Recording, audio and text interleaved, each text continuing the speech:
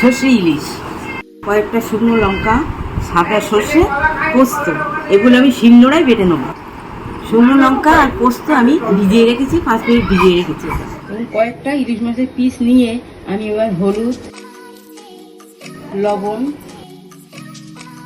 একটু সর্ষের তেল, এগুলো মাখিয়ে আমি 5 মিনিট ম্যারিনেট করে রেখে দেবো।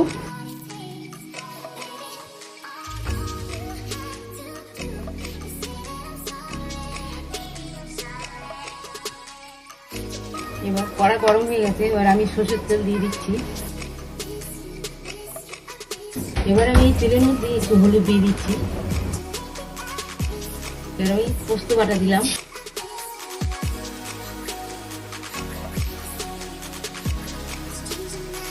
বাটা লঙ্কা। এবার সর্ষে বাটাটা আমি ছেঁকে নিচ্ছি।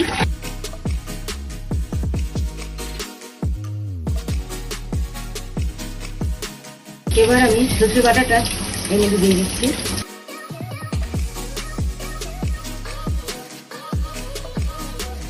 লবণ, এবার দেখুন তেল ছেড়ে দিয়েছে, এবার আমি এতে জল দিয়ে দিচ্ছি।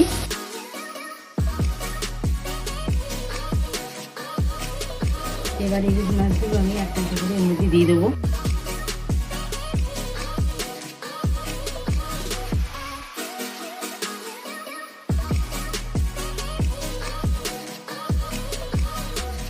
মাছগুলো আমি একটা করে মধ্যে দিচ্ছি, দু পিঠে সমান হয়।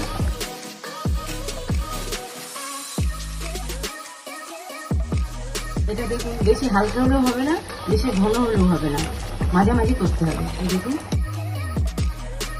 এবার আমি একটু কাঁচা সরষের তেল ছড়িয়ে দিচ্ছি। ইলিশ আমার রান্না কমপ্লিট। আপনাদের যদি ভালো লাগে লাইক করুন, শেয়ার করুন, সাবস্ক্রাইব করুন।